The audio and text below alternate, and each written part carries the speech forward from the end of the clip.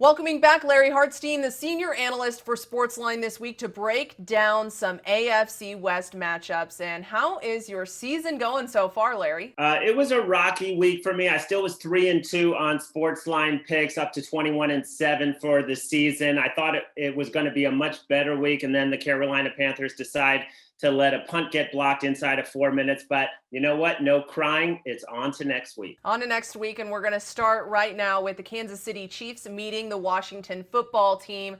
And the Chiefs, surprisingly, 2-3 on the season right now, the last place in their division.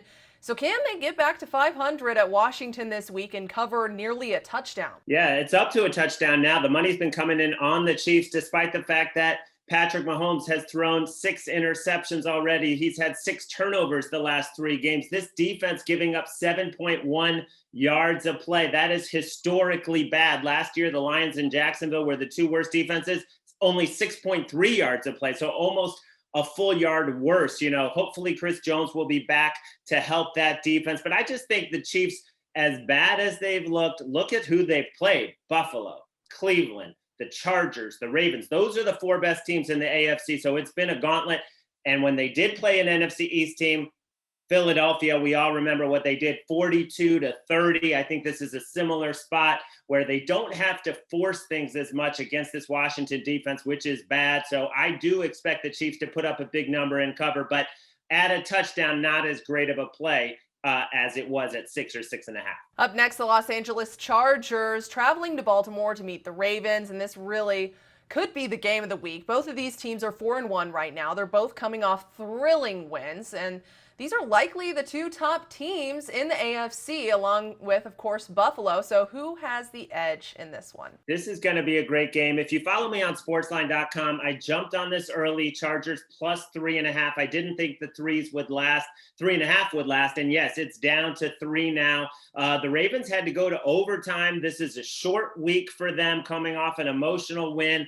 It's going to be a great game. I felt this game is going to come down to the wire. You look at the Chargers, they tend to play very close games. I think it's going to come down to the wire. I like the value at 3.5. At 3, I don't love it as much, but I can't wait to watch it because you legitimately have 2 MVP candidates in Justin Herbert and Lamar Jackson. And finally, the Broncos are hosting the Raiders, and it's been a turbulent week for Las Vegas, to say the least. John Gruden is out after the uncovering of his racist, homophobic, and misogynistic emails. The Raiders now have an interim coach, but will that make it an easy win for Denver? A lot of people are thinking that the Raiders will be in disarray because John Gruden was the play caller. He was the offensive mind. But, I think that game was last week. They were distracted by the controversy. They were listless. They basically didn't show up at home against the Bears. I cannot imagine them playing worse. Now that cloud is lifted, at least from the team and the preparation, and they do have Gus Bradley running the defense, and they have Greg Olson calling the plays, and Rich Bisaccia, the interim coach, is very well respected, has interviewed for some head coaching jobs around the league. I think the Raiders will be focused.